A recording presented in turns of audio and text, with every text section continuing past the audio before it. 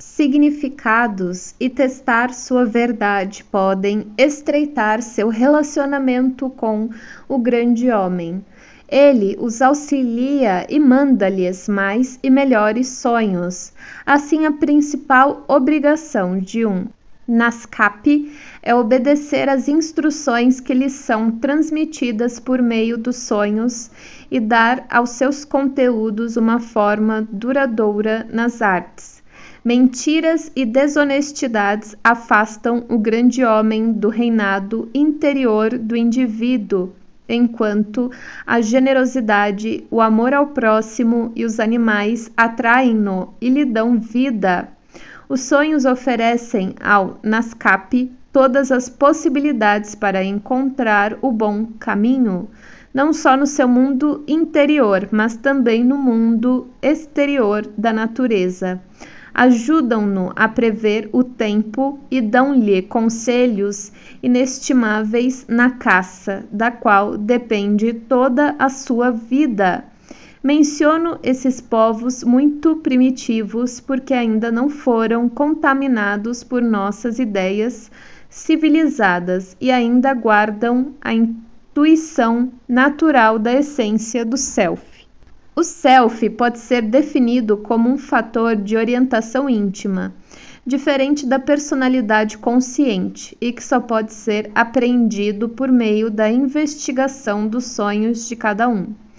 E esses sonhos mostram-no como um centro regulador que provoca um constante desenvolvimento e amadurecimento da personalidade. No entanto, esses aspectos mais rico e mais total da psique aparece de início apenas como uma possibilidade inata. Ele pode emergir de maneira insuficiente ou então desenvolver-se de modo quase completo ao longo da nossa existência. Quanto vai evoluir depende do desejo do ego de ouvir ou não as suas mensagens. Assim como o Nascape percebe que a pessoa receptiva às sugestões do grande homem tem sonhos melhores e mais úteis, o nosso grande homem inato torna-se mais real aos que o ouvem do que aos que o desprezam. Ouvindo-o, tornamo-nos seres humanos mais completos. O processo acontece como se o ego não tivesse sido produzido pela natureza para seguir ilimitadamente os seus próprios impulsos arbitrários, e sim para ajudar a realizar verdadeiramente a totalidade da psique. É o ego que ilumina o sistema inteiro, permitindo que ganhe consciência e, portanto, que se torne realizado. Se, por exemplo, possuo algum dom artístico de que meu ego não está consciente, este talento não se desenvolve e é como se fosse inexistente. Só posso trazê-lo à realidade se o meu ego o notar. A totalidade inata, mas escondida da psique, não é a mesma coisa que uma totalidade plenamente realizada e vivida. Podemos exemplificar assim essa afirmativa. A semente de um pinheiro contém, em forma latente, a futura árvore, mas cada semente cai em determinado tempo, em um determinado lugar, no qual intervém um determinado número de fatores, como a qualidade do solo, a inclinação do terreno, a sua exposição ao sol e ao vento, etc. A totalidade latente do pinheiro reage a essas circunstâncias, evitando as pedras, inclinando-se em direção ao sol, modelando, enfim, o crescimento da árvore. E assim que um pinheiro começa lentamente a existir de fato, estabelecendo sua totalidade e emergindo para o campo do real, sem a árvore viva, a imagem do pinheiro é apenas uma possibilidade ou uma abstração. E a realização dessa unicidade no indivíduo é o objetivo do processo de individuação. Sob certa perspectiva, esse processo ocorre no homem, como em qualquer outro ser vivo, de maneira espontânea e inconsciente, e é um processo pelo qual subsiste a sua natureza humana inata. No entanto, em seu sentido estrito, O processo de individuação só é real se o indivíduo estiver consciente dele e, consequentemente, mantendo uma ligação viva com ele. Não sabemos se o pinheiro tem consciência do seu processo de crescimento, se aprecia ou sofre as diferentes alterações que o modelam, mas o homem certamente é capaz de participar de maneira consciente do seu desenvolvimento. Chega mesmo a sentir que, de tempos em tempos, pode cooperar ativamente com ele, tomando livremente várias decisões. E essa cooperação pertence ao processo de individuação, no seu sentido mais preciso. O homem, no entanto, experimenta algo que não está expresso na nossa metáfora do pinheiro. O processo de individuação é, na verdade, mais do que um simples acordo entre a semente inata da totalidade e as circunstâncias externas que constituem o seu destino. Sua experiência subjetiva sugere a intervenção ativa e criadora de alguma força suprapessoal. Por vezes sentimos que o inconsciente nos está guiando de acordo com um desígnio secreto. É como se algo estivesse nos olhando, algo que não vemos, mas que nos vê. Talvez o grande homem que vive em nosso coração e que, através dos sonhos, nos vem dizer o que pensa a nosso respeito. Mas esse aspecto ativo e criador do núcleo psíquico só pode entrar em ação quando o ego se desembaraça de todos os projetos determinados e ambiciosos em benefício de uma forma de existência mais profunda e fundamental. O ego deve ser capaz de ouvir atentamente e de entregar-se sem qualquer outro propósito ou objetivo ou impulso interior de crescimento. Muitos filósofos existencialistas tentam descrever esse estado, mas limitam-se a destruir as ilusões da consciência. Chegam até a porta do inconsciente e não a conseguem abrir. Povos que vivem em culturas de raízes mais firmes do que a nossa encontram menos dificuldade em compreender que é necessário renunciar à atitude utilitarista de planejamentos conscientes para poder dar lugar a um crescimento interior da nossa personalidade. Encontrei uma vez uma senhora de idade mais avançada que não alcançara muito na vida em termos de realizações exteriores, mas tinha um bom casamento com um marido de temperamento difícil. E de certo modo, conseguira uma personalidade bastante amadurecida, quando queixou-se a mim de que nada fizera na vida. Contei-lhe a história narrada por Xuanzhu, um sábio chinês. A senhora compreendeu-a logo e sentiu-se tranquila. Eis a história. Tem uma imagem de uma árvore, um altar. Em cima do altar, ele tem um altar feito de 3 retângulos. Um maior, um menor e um pequeno, um em cima do outro. Em cima tem uma taça e dentro da taça parece que está saindo um ramalhete, como se tivesse sido plantado lá. Na frente tem uma mulher, acho que deve ser chinesa, pela indicação. Ela está como se fosse rezando, né, com as mãos juntas na frente da taça. Ela está com os pés descalços, um lenço sobre os ombros, tem colares, cabelo preso. Legenda: um altar rústico ou altar de terra, ao lado de uma árvore, pintura chinesa do século XIX. Essas estruturas quadradas ou redondas simbolizam o self, a que o ego deve se submeter a fim de cumprir o processo de individuação. Agora a história. Um carpinteiro nômade chamado Stone viu no decorrer das suas viagens, em um campo próximo de um altar rústico, um velho e gigantesco carvalho.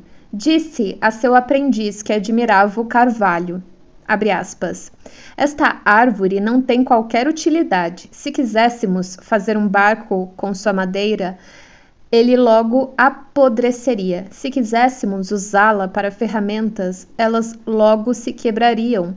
Para nada serve esta árvore, por isso chegou a ficar assim tão velha. Fecha aspas. Mas naquela mesma noite, numa hospedaria, o velho carvalho apareceu em sonhos ao carpinteiro e disse-lhe, abre aspas, por que você me compara às árvores cultivadas como o piu-riteiro, a pereira, a laranjeira, a macieira e todas as outras árvores frutíferas? Antes de amadurecerem os seus frutos, as pessoas já as atacavam e violentavam, quebrando-lhes os galhos e arrancando-lhes os ramos. As dádivas que trazem só lhes acarretam o mal, impedindo-as de viver integralmente até o fim, a sua existência natural. É o que acontece em todos os lugares, por isso esforço-me há tanto tempo para permanecer completamente inútil. Pobre mortal, crês que se eu tivesse servido para alguma coisa, teria chegado a essa altura? Além disso, tu e eu somos ambos criaturas. Então, como pode uma criatura erigir-se em juiz de outra? Inútil mortal, que sabes a respeito da inutilidade das árvores? Fecha aspas.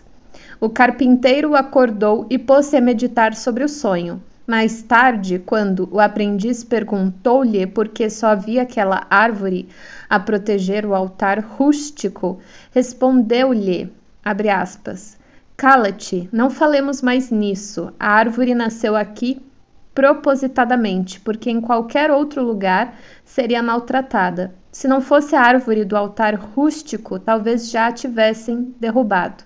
Fecha aspas. Fim da história. O carpinteiro evidentemente compreendeu bem o seu sonho. Verificou simplesmente que realizar seu destino é o maior empreendimento do homem e que o nosso utilitarismo deve ceder às exigências da nossa psique inconsciente.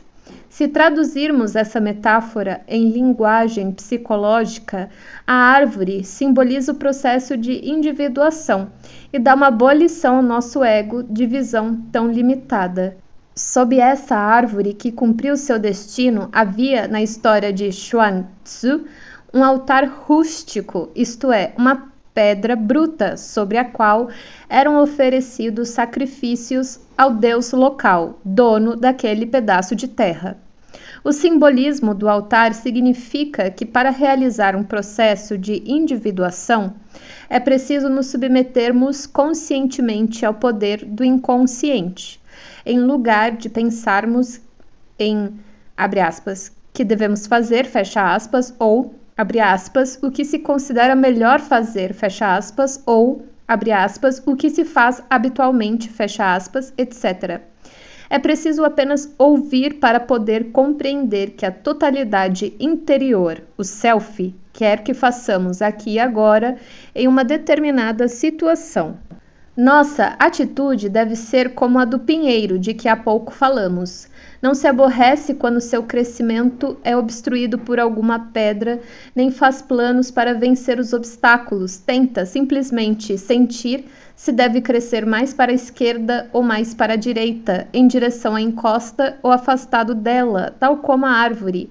Devemos nos entregar a esse impulso quase imperceptível e, no entanto, poderosamente dominador. Um impulso que vem do nosso anseio por uma autorrealização criadora e única. É um processo no qual é necessário repetidamente buscar e encontrar algo ainda não conhecido por ninguém. Os sinais orientadores ou impulsos vêm não do ego, mas da totalidade da psique, o self. Além disso, é inútil observarmos o outro furtivamente para ver como qualquer outra pessoa vai realizando o seu processo de desenvolvimento, pois cada um de nós tem uma maneira particular de autorrealização. Apesar de muitos problemas humanos serem semelhantes, eles nunca serão perfeitamente idênticos. Todos os pinheiros são muito parecidos, ou não o reconheceríamos como pinheiros. E, no entanto, nenhum é exatamente igual ao outro. Devido a esses fatores de semelhanças e disparidades, torna-se difícil resumir as infinitas variações do processo de individuação. O fato é que cada pessoa tem que realizar algo de diferente, exclusivamente seu. Muitos têm criticado os pontos de vista junguianos porque não apresentam um material psíquico sistematizado. No entanto, se esquecem de que o material propriamente dito é a experiência viva, carregada de emoção, irracional e mutável por natureza, não se prestando a sistematizações a não ser de um modo muito superficial. A psicologia moderna experimental alcançou os mesmos limites que defrontam a microfísica, isto é, quando se lida com níveis médios estatísticos, é possível fazer-se uma descrição racional e sistemática dos fatos, mas quando tentamos descrever um acontecimento psíquico particular, resumimo-nos a apresentar um quadro honesto dessa ocorrência de tantos ângulos quanto for possível. Do mesmo modo, os cientistas têm de admitir que não sabem exatamente o que é a luz, podem dizer apenas que em certas condições experimentais parece consistir de partículas, enquanto em outras parece consistir de ondas, mas ignora-se o que é a luz em si. A psicologia do inconsciente e qualquer descrição do processo de individuação encontram dificuldades de definição idênticas, mas vamos tentar apresentar aqui um esboço de algumas das suas características fundamentais. Subtítulo: O primeiro acesso ao inconsciente. Para a maioria das pessoas, os anos da juventude caracterizam-se por um despertar gradativo, um estado no qual o indivíduo se torna, aos poucos, consciente do mundo e dele mesmo. A infância é um período de grande intensidade emocional e os primeiros sonhos de uma criança revelam, muitas vezes, a estrutura básica da psique sob uma forma simbólica, indicando como, mais tarde, ela irá modelar o destino desse indivíduo. Por exemplo, Jung contou uma vez a um grupo de estudantes o caso de uma jovem mulher tão obcecada por sua angústia que se suicidou aos 26 anos. Quando criança, ela sonhara que Jack Frost, o homem da neve, havia entrado em seu quarto, enquanto ela estava deitada, e lhe beliscara o estômago. Acordara e descobrira que ela mesma se beliscara com a própria mão. O sonho não a assustou, apenas lembrava-se dele, mas o fato de esse seu estranho encontro com o demônio do frio, da vida congelada, não lhe ter provocado nenhuma reação emocional, não pressagiava nada de bom para o seu futuro e era em si mesmo uma anomalia. Foi com essa mesma frieza e insensibilidade que mais tarde pôs fim à própria vida. Desse único sonho é possível deduzir o destino trágico de quem o sonhou, já antecipado na infância por sua psique. Algumas vezes não é um sonho, mas algum acontecimento real, impressionante, inesquecível, que, como uma profecia, antecipa o futuro sob uma forma simbólica. É sábio que as crianças, muitas vezes, esquecem-se de acontecimentos que impressionaram os adultos e guardam a lembrança viva de algum incidente ou história que mais ninguém notou. Quando examinamos essas recordações infantis, verificamos que, habitualmente, retratam, quando interpretadas como um símbolo, algum problema básico da constituição da psique da criança. Ao chegar à idade escolar, a criança começa a fase de estruturação do seu ego e de adaptação ao mundo exterior. Essa fase traz, em geral, um bom número de choques e de embates dolorosos. Ao mesmo tempo, algumas crianças nessa época começam a sentir-se muito diferentes das outras, e esse sentimento de singularidade acarreta uma certa tristeza, que faz parte da solidão de muitos jovens. As imperfeições do mundo e o mal que existe dentro e fora de nós tornam-se problemas conscientes. A criança precisa enfrentar impulsos interiores prementes e ainda não compreendidos, além das exigências do mundo exterior. Se o desenvolvimento da consciência for perturbado no seu desabrochar natural, ela, para escapar das suas dificuldades externas e internas, isola-se em uma fortaleza íntima. Quando isso acontece, seus sonhos e seus desenhos, que dão ao material inconsciente uma expressão simbólica, revelam de maneira invulgar a recorrência de um tipo de motivo circular, quadrangular ou nuclear, que mais tarde explicaremos. É uma referência ao núcleo psíquico que já mencionamos antes. o centro vital da personalidade, do qual emana todo o desenvolvimento estrutural da consciência. É natural que a imagem desse centro apareça de modo especialmente marcante quando a vida psíquica do indivíduo está ameaçada. Desse núcleo central, tanto quanto sabemos hoje em dia, é comandada toda a estruturação da consciência do ego, que é aparentemente uma cópia ou réplica do centro original. Em seguida, a imagem de um garoto numa porta, com os braços cruzados, olhando para duas crianças, e atrás dessas duas crianças tem um homem adulto de casaco. Ao lado é uma rua, tem crianças brincando e uma segurando o seu próprio braço e chorando. Legenda: uma criança, na sua adaptação ao mundo exterior, sofre muitos choques psicológicos. Acima à esquerda, o temido primeiro dia da escola. Ao lado, a surpresa e a dor resultantes do ataque de outra criança. Abaixo à esquerda, o pesar e o espanto que resultam do primeiro contato com a morte. Para se proteger contra tais choques, a criança faz desenhos ou pode sonhar com algum motivo circular, quadrangular ou nuclear. Abaixo à direita, simbolizando o centro de importância vital, a psique. Embaixo tem a imagem de um menino perto de sepulturas, de lápides especialmente, e do outro é uma figura, um desenho de um círculo com repartições, e um meio também tem um outro círculo, só que com pontos pretos. E aí tem pontos pretos nessas repartições e tem pontos pretos ao entorno do círculo. Nessa primeira fase, muitas crianças buscam ardentemente algum sentido na vida que as possa ajudar a lidar com o caos existente dentro e fora delas. Há outras, no entanto, que ainda se deixam conduzir inconscientemente pelo dinamismo de esquemas arquetípicos herdados e instintivos. Esses jovens não se preocupam com um sentido mais profundo de vida porque a sua experiência com o amor, a natureza, o esporte e o trabalho lhes dá uma satisfação imediata e significativa. Não são necessariamente mais superficiais que os outros jovens.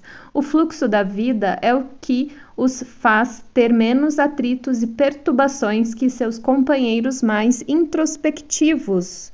Se viajamos de carro ou de trem sem olhar pela janela, só as paradas, partidas e curvas súbitas nos fazem constatar que estamos nos movendo. O verdadeiro processo de individuação, isto é, a harmonização do consciente com o nosso próprio centro interior, o núcleo psíquico ou self em geral, começa infligindo uma lesão à personalidade, acompanhada do consequente sofrimento. Esse choque inicial é uma espécie de apelo, apesar de nem sempre ser reconhecido como tal. Ao contrário, o ego sente-se tolhido nas suas vontades ou desejos e geralmente projeta essas frustrações sobre qualquer outro objeto exterior. Ou seja, o ego passa a acusar Deus, a situação econômica, o chefe ou o cônjuge como responsáveis por essa frustração. Algumas vezes tudo parece bem externamente, mas no seu íntimo a pessoa está sofrendo de um tédio mortal que torna tudo vazio e sem sentido. Muitos mitos e contos de fadas descrevem simbolicamente esse estágio inicial do processo de individuação. Quando contam histórias de um rei que ficou doente ou envelheceu.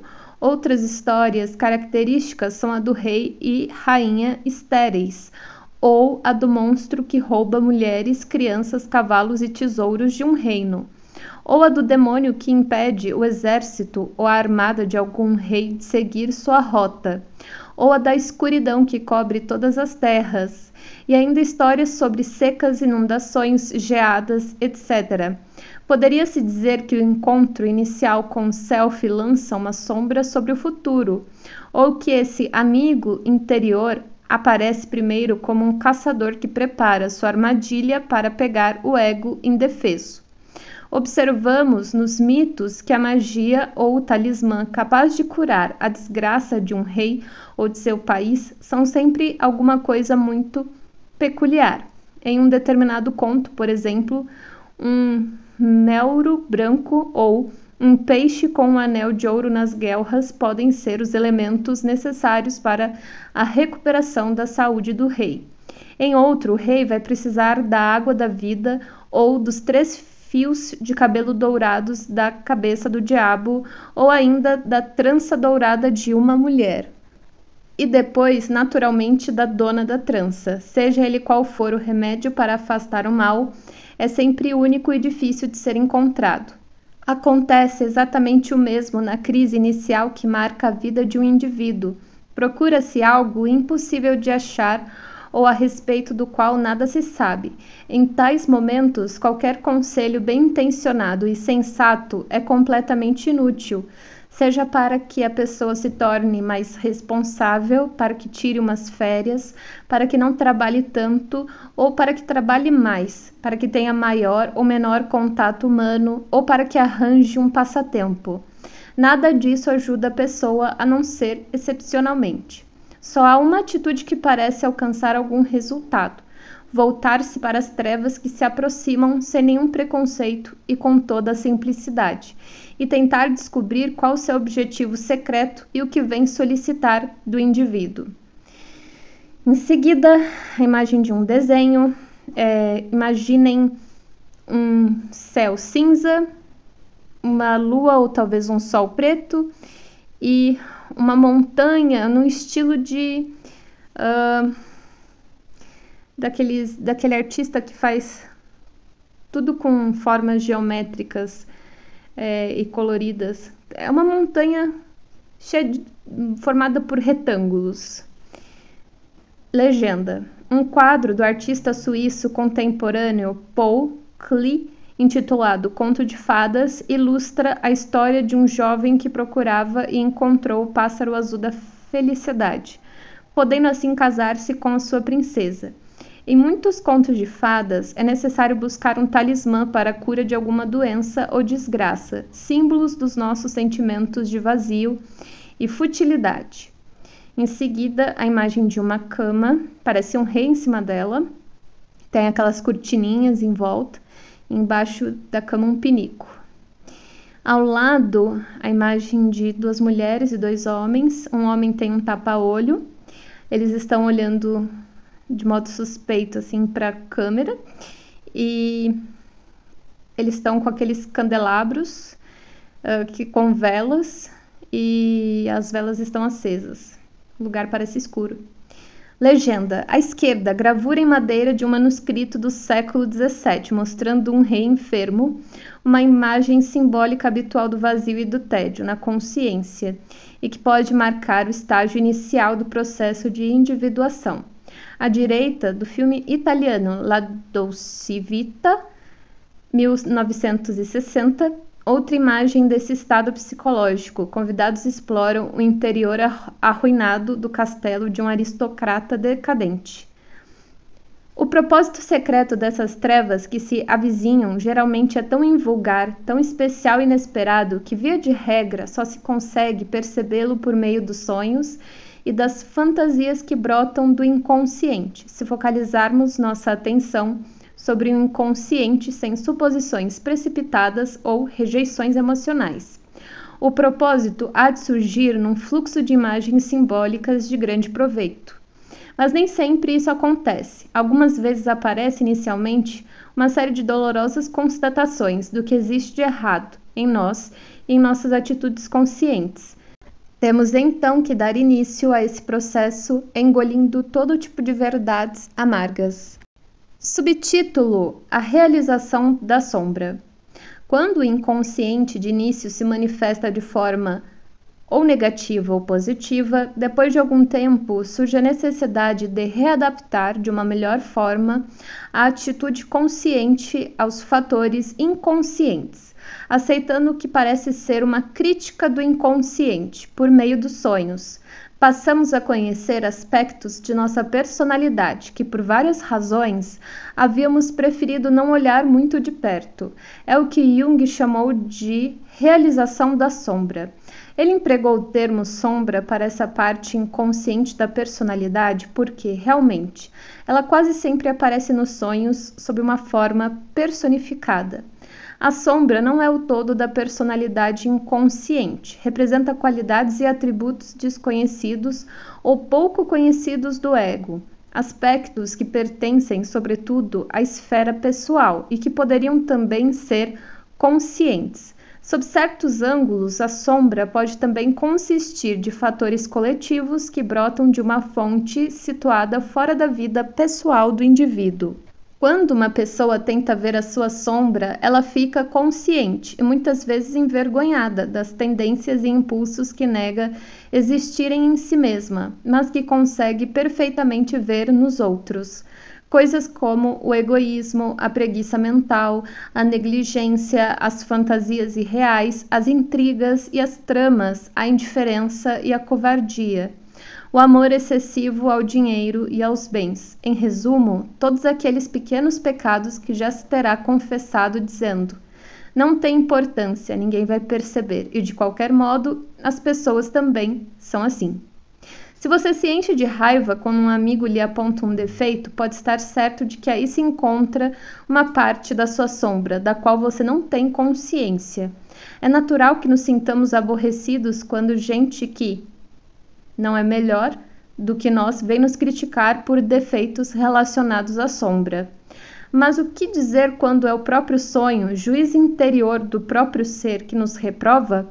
É o momento em que o ego fica encurralado e reduzido, em geral, a um silêncio embaraçoso. Começa depois um lento e doloroso processo de autoeducação, tarefa que pode-se dizer equivale psicologicamente aos trabalhos físicos de Hércules. A primeira tarefa desse infortunado herói, lembremo-nos, foi limpar em um só dia os estábulos de Álgias, onde centenas de cabeças de gado haviam deixado seu esterco durante décadas. Uma tarefa tão imensa que deixaria o mortal comum desencorajado só de pensar nela. A sombra não consiste apenas de omissões, apresenta-se muitas vezes como um ato impulsivo e inadvertido. Antes de se ter tempo para pensar, irrompe a observação maldosa. Comete-se a má ação, a decisão errada é tomada e confrontamo-nos em uma situação que não tensionávamos criar conscientemente. Além disso, a sombra expõe muito mais do que a personalidade consciente a contágios coletivos. O homem que está só, por exemplo, encontra-se relativamente bem, mas assim que vê os outros comportarem-se de maneira primitiva e maldosa, começa a ter medo de o considerarem tolo se não fizer o mesmo. Entrega-se então a impulsos que na verdade não lhe pertencem. Particularmente quando estamos em contato com pessoas do mesmo sexo, é que tropeçamos tanto na nossa sombra quanto na delas. Apesar de percebermos a sombra da pessoa do sexo oposto, ela nos incomoda menos e a desculpamos mais facilmente. Em seguida, é um campo aberto, tem um muro no fundo com uma porta e aparentemente várias freiras dançando, girando. Legenda: 3 exemplos de um contágio coletivo que pode levar as pessoas a um tumulto irracional e ao qual a sombra, o lado escuro do ego, é vulnerável. Acima, cena de um filme polonês de 1961, a respeito de monjas francesas do século XVII, possuídas pelo demônio. Abaixo à esquerda, um desenho de Brueghel, não sei. É Brueghel. Representa a doença em geral psicossomática chamada dança de São Vito, muito comum na Idade Média. Abaixo à direita, o emblema da cruz em chamas da Ku Klux Klan, a sociedade secreta a favor da supremacia branca do sul dos Estados Unidos, cuja intolerância racial muitas vezes provocou tumultos e violências. Em seguida, a imagem, vou tentar descrever do meu modo, né, que ele já falou na legenda, várias mulheres sendo sequestradas, E aí esses homens têm escopetas, estão amarrando elas estão gritando, e eles estão bem assim na parte da frente, realmente tentando levá-las. Em seguida, uma cruz pegando fogo e o pessoal vestido com aqueles uniformes lá branco da Ku Klux Klan. Nos sonhos e mitos, portanto, a sombra aparece como uma pessoa do mesmo sexo que o sonhador. O seguinte sonho pode ser um bom exemplo para essas observações. A pessoa que o sonhou era um homem de 48 anos que tentava viver por ele e para si mesmo, trabalhando muito, disciplinando-se e reprimindo o prazer e a espontaneidade com uma intensidade bem maior do que seria aconselhável à sua natureza. Abre aspas. Eu possuía e morava numa casa muito grande na cidade, embora ainda não a conhecesse bem. Por isso percorria-a toda e descobri, principalmente no porão, vários quartos que nunca vira, além de várias portas que levavam a outros porões e ruas subterrâneas. Senti-me inquieto ao ver que várias dessas portas não estavam fechadas e que algumas não tinham qualquer fechadura. Além do mais, havia vários trabalhadores na vizinhança que poderiam ter penetrado na casa. Quando voltei ao andar térreo, passei por um pátio onde voltei a descobrir várias saídas para a rua ou para outras casas. Quando procurei investigar melhor, um homem dirigiu-se a mim rindo alto e declarando que éramos velhos colegas de colégio. Também me lembrava dele e, enquanto me contava sobre a sua vida, fomos seguindo em direção a uma das saídas e passamos a andar pelas ruas da cidade. Havia um estranho tom claro-escuro na atmosfera quando atravessamos uma enorme rua circular e chegamos a um gramado por onde 3 cavalos passaram galopando. Eram animais fortes e bonitos, fogosos e bem cuidados, e não traziam cavaleiros. Teriam fugido de uma tropa de um exército? Em seguida, a imagem de vários corredores, portas, né? Como que chama? Aqueles espaços da porta sem a porta, com batentes altos. Do lado de fora, parece um trem soltando fumaça. E essas portas parecem mesmo um labirinto ali. São várias portas num corredor. Legenda: Anxious Journey, Jornada Ansiosa, do pintor italiano de Chirico. O título e os corredores lúgubres do quadro exprimem a natureza do primeiro contato com o inconsciente, quando o processo de individuação começa. O inconsciente é muitas vezes simbolizado por corredores ou labirintos. Em seguida, uma tapeçaria com aqueles deuses egípcios, porque estão com aquelas túnicas e cabeças de animais. E é como se eles estivessem em várias portas e ao entorno deles diversas escritas.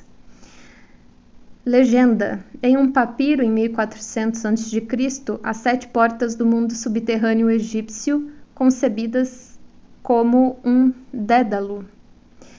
Em seguida, 3 imagens de um labirinto, sendo que a primeira é um labirinto assim comum, é um labirinto um pouco de direita para esquerda, esquerda para direita.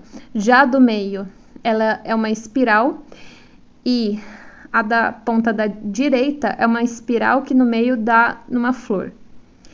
Legenda: desenhos de 3 dédalos da esquerda para a direita. Um dédalo finlandês, idade de bronze, um gramado inglês em forma de dédalo do século XIX e um labirinto em ladrilhos no chão da Catedral de Chartres, para ser percorrido por uma peregrinação simbólica à Terra Santa. O labirinto do porão, com estranhos corredores, quartos e portas sem chave, lembra a velha representação egípcia do mundo subterrâneo, um símbolo bem conhecido do inconsciente de suas desconhecidas possibilidades.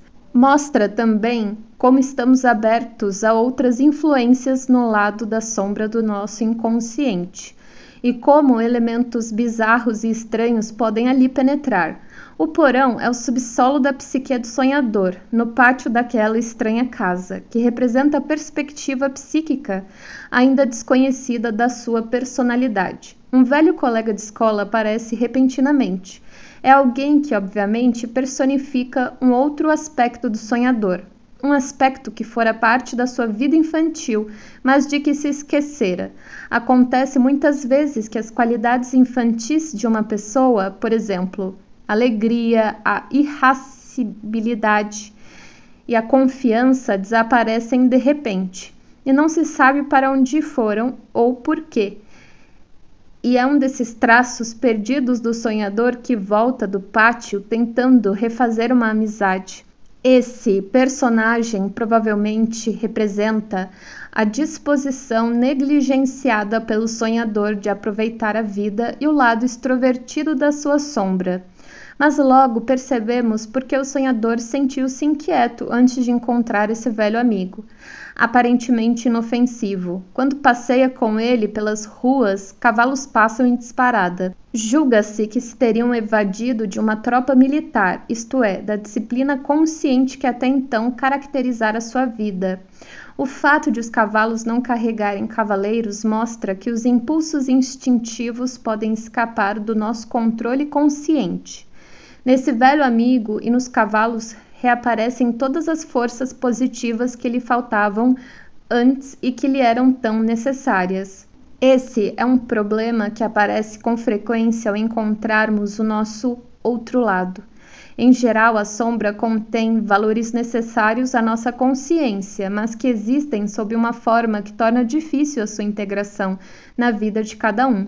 No sonho que acabo de citar, as inúmeras passagens subterrâneas e a grande casa mostram também que o sonhador ainda não conhece as suas próprias dimensões psíquicas, nem está apto a contemplá-las. A sombra, tal como aparece neste sonho, é típica do introvertido, um homem que tem forte tendência de alienar-se do mundo exterior. Se fosse um extrovertido mais voltado para objetos e vidas exteriores, a sombra teria aspecto bem diferente.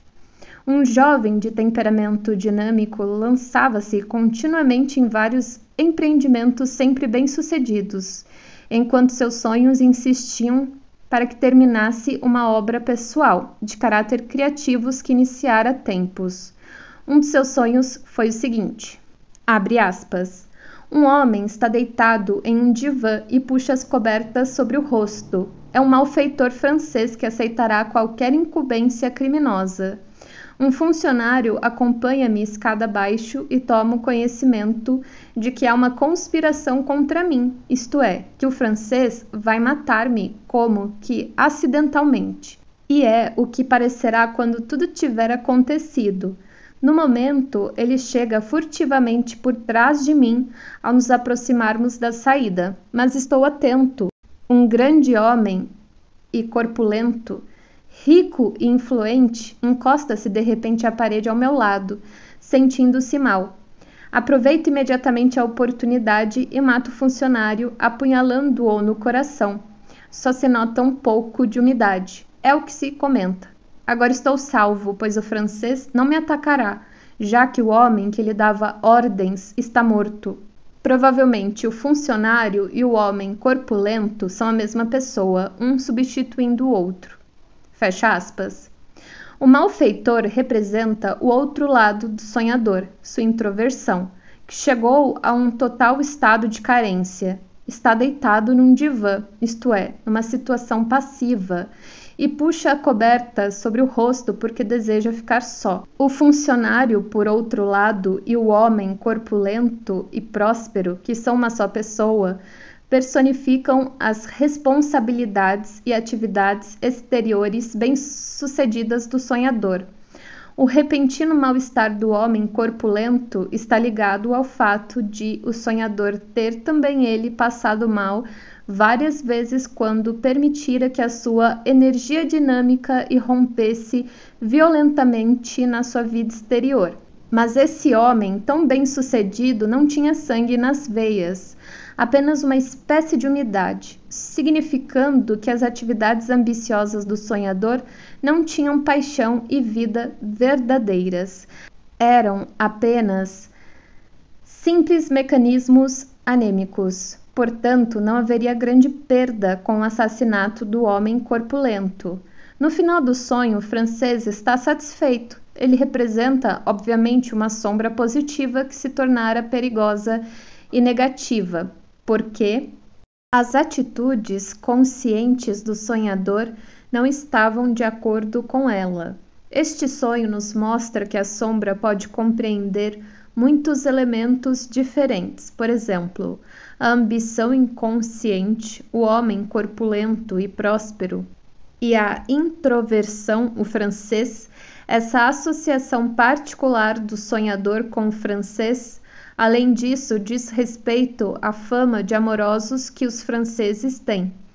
Portanto, os dois personagens que representam a sombra expressam também dois conhecidos instintos, o poder e o sexo. O instinto do poder aparece momentaneamente em forma dúplice, como funcionário e como homem bem-sucedido.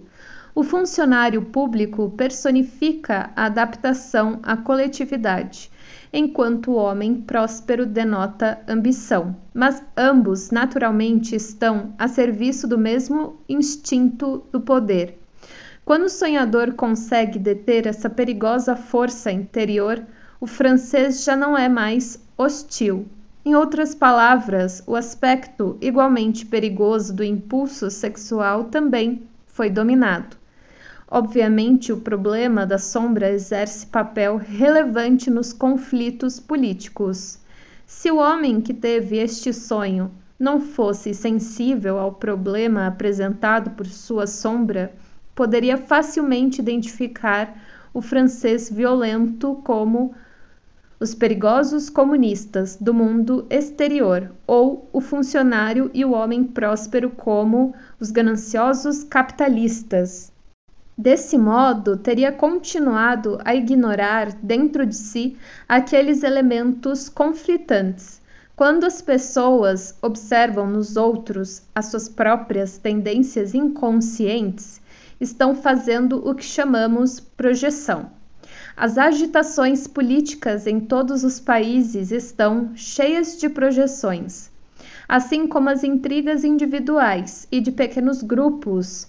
Projeções de toda espécie toldam a nossa visão do próximo e, destruindo a sua objetividade, destroem qualquer possibilidade de um relacionamento humano autêntico. Existe ainda uma outra desvantagem na projeção da nossa sombra. Se a identificarmos como os comunistas ou como os capitalistas, por exemplo, uma parte da nossa personalidade permanecerá no lado oposto, isto é, na oposição. O resultado é que sempre, involuntariamente, faremos coisas por detrás de nós mesmos, apoiando esse outro lado e assim, sem querer, estaremos ajudando o nosso inimigo. Se ao contrário ficarmos conscientes da projeção e conseguirmos discutir o problema sem hostilidade ou medo, tratando a outra pessoa com sensibilidade, haverá chance de compreensão mútua, ou pelo menos de trégua.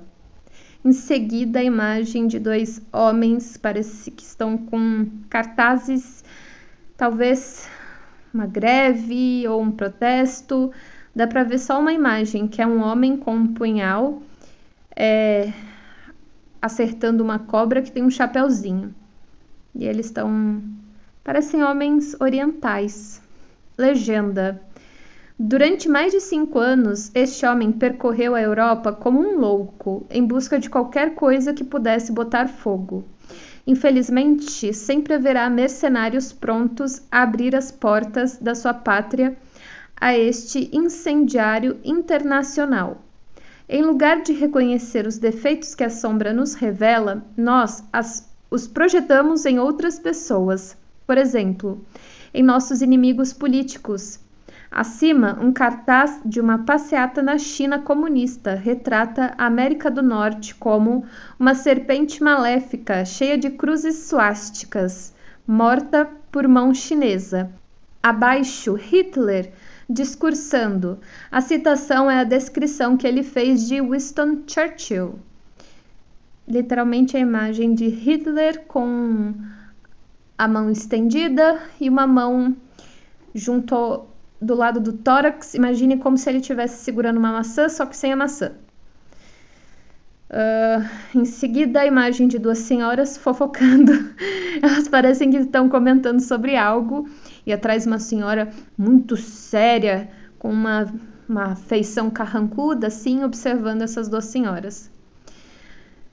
Legenda. Projeções também existem em intrigas e bisbilhotices maliciosas. Cenas de um seriado de TV inglesa. Coronation Street. Depende muito de nós mesmos a nossa sombra tornar-se nossa amiga ou inimiga. Como os sonhos da casa inexplorada e do malfeitor francês exemplificaram, nem sempre a sombra é necessariamente um elemento de oposição. Na verdade, ela se parece com qualquer ser humano com quem temos de nos relacionar. Segundo as circunstâncias, algumas vezes cedendo, outras resistindo, outras ainda dando-lhe amor. A sombra só se torna hostil quando é ignorada ou incompreendida. Algumas vezes, bem raramente aliás, o indivíduo sente-se impelido a dar livre curso ao pior lado da sua natureza, reprimindo o que há de melhor nela. Nesses casos, a sombra aparece-lhe nos sonhos como uma figura positiva, mas para quem se entregar realmente às suas emoções e sentimentos naturais, a sombra poderá surgir como um intelectual frio e negativo. Personifica assim julgamentos venosos e pensamentos negativos que estiveram contidos. Portanto, seja qual for a forma que tome, a função da sombra é representar o lado contrário do ego e encarnar precisamente os traços de caráter que mais detestamos nos outros. O problema teria fácil solução se pudéssemos integrar a sombra na nossa personalidade consciente, tentando apenas ser honestos e usar nossa lucidez. Mas, infelizmente, essa tentativa nem sempre funciona. Há um impulso de tamanha força na nossa sombra que a razão não consegue triunfar. Uma experiência amarga vinda do exterior pode ocasionalmente ajudá-la. É como se fosse necessário um tijolo cair em nossa cabeça para conseguirmos deter os ímpetos e impulsos da sombra. Às vezes, uma decisão heróica pode alcançar o mesmo efeito. Mas esse esforço sobre-humano só é possível quando o grande homem dentro de nós, o self, ajuda o indivíduo a realizá-lo. O fato de a sombra ter esse poder arrebatador de impulsos irresistíveis não significa que tais impulsos devam ser sempre heroicamente reprimidos. Algumas vezes a sombra é assim poderosa porque o self indica uma orientação idêntica. Portanto, não sabemos se é o self ou a sombra que nos pressiona. No inconsciente, encontramo-nos infortunadamente na mesma situação de quem pisa numa paisagem lunar. Todos os seus conteúdos estão manchados, enevoados e mesclados uns aos outros, não se sabendo nunca exatamente o que é ou onde está determinada coisa, ou onde ela começa ou acaba. Chamamos isso de contaminação dos conteúdos inconscientes. Quando Jung chamou de sombra um determinado aspecto da personalidade inconsciente, referia-se a um fator relativamente definido. Mas, por vezes, tudo que o ego desconhece mistura-se à sombra, incluindo as mais valiosas e nobres forças.